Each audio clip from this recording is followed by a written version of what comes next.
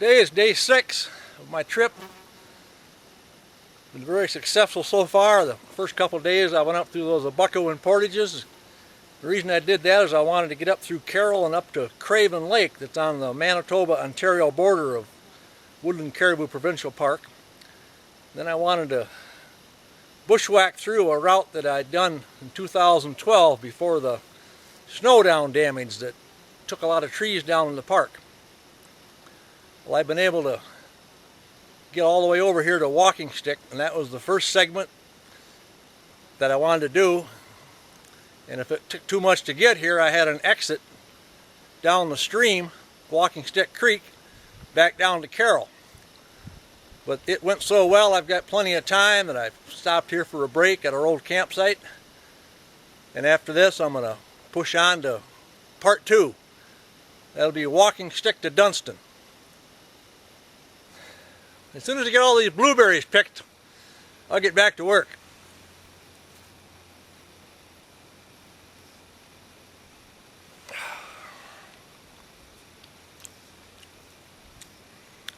Very good year for blueberries. I'm ready to begin chapter 2 of this Craven to Dunstan quest. This next segment's going to be from Walking Stick over to Dunstan. My goal for tonight is to do 2 more portages, and I'll stop and camp on Echo Lake, which, by the way, it's another walleye lake, on my way to Dunstan, which is another walleye lake.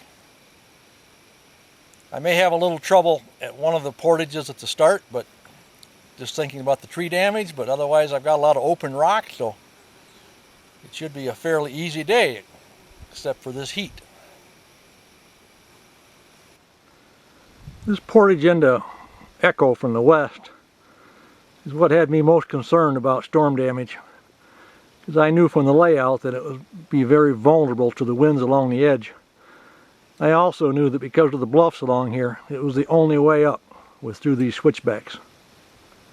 I was very thankful when I got here and there were a few small twigs across. Cut them out of the way and walked down across to the other side, following my cairns all the way. I did the same on the first portage coming out of Walking Stick coming over here. It was open enough and enough cairns I was able to walk without the GPS.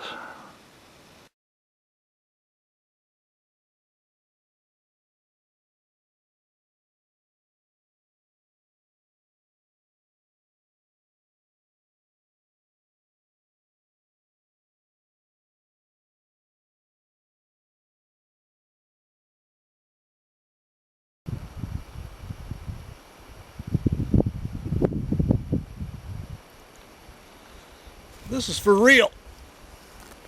I'm so totally wasted, or I was. Thought of facing this next portage. I was just so tired, I called an early lunch and had that, put some coffee on, but before I had that, I took a little nap. Now maybe I'm ready to roll. The reason I'm so tired is I beat the heat. I got up and hit the water at sunrise a few days in a row, but the way it worked out, I kept pushing on till in the evening each day, just to going slow and keep going. When I left Walking Stick, it was a hot thing coming across those couple of portages. I got to Echo and found a place for a camp, and I didn't really like that last portage or the next portage I had to do with it to leave Echo, so I had done some research on Google Images and Bing Maps before I left. I laid out a different route up over some bald rock, shortened it up by about 300 meters, so that's a good thing. Then this morning I got up again early and got that first portage out of the way, but things were just wearing on me too much. This morning was supposed to be a little cooler, but it wasn't. I think it's cooler now than it was then, so ready to push on to Dunstan. When I bushwhacked this portage in 2011, working my way through the trees and around the rocks, and I got down here at the end. I came out in the end, and here was a cairn already built. Things like that happen a lot where you're picking out a good route and then you see some old blazes on a tree, or you see some cairns, or somebody in the past has also picked out sometimes the only route between two lakes. Okay, enough talk about this bushwhacking. I finished this pudding. I'm ready to go back and have some fun again. Now, I've already walked the portage one time with no packs, just with a saw and with my GPS in one hand as I follow along and try to make my way from what I did 4 years ago. And it wasn't that easy this time, especially on this particular terrain type. And I've taken one pack up to the halfway point. This is a half-mile portage, and so I'm going to split it in two and do halfway.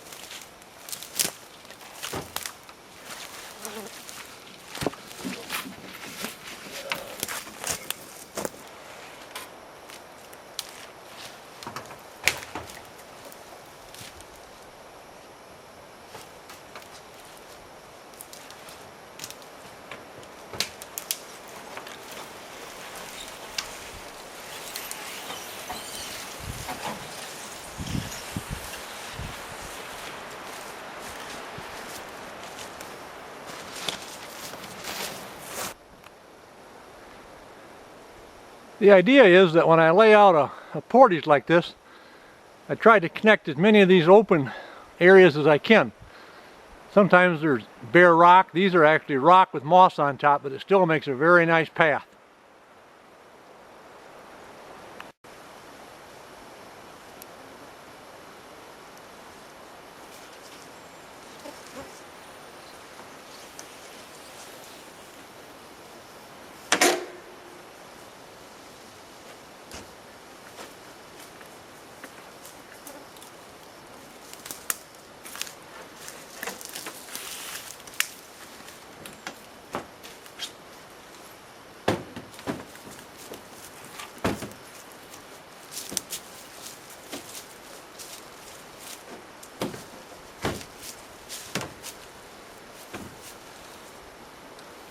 Sometimes you just have to find the best way down.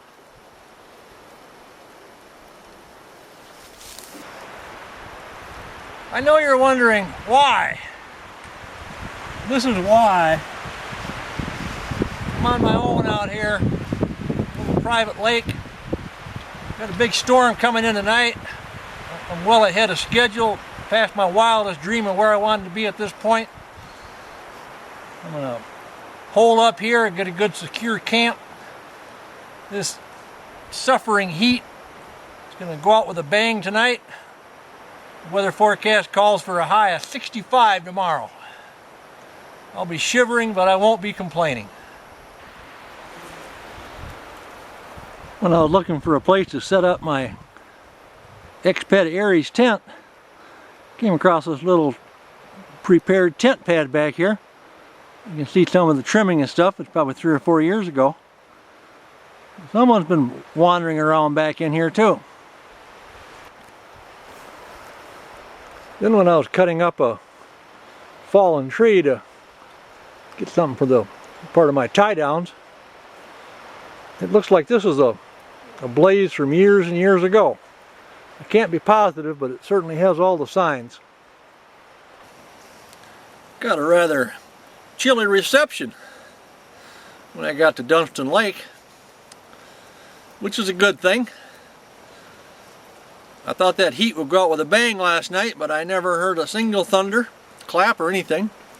But this morning definitely is a lot cooler, a lot nicer. Just as I made this last little short portage over into the Dunstan Lake, a misty rain set in, so flipped the canoe up in a tree limb and cooked up my mac and cheese for lunch, and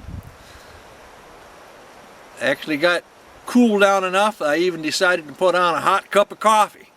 Now that's quite a switch from yesterday.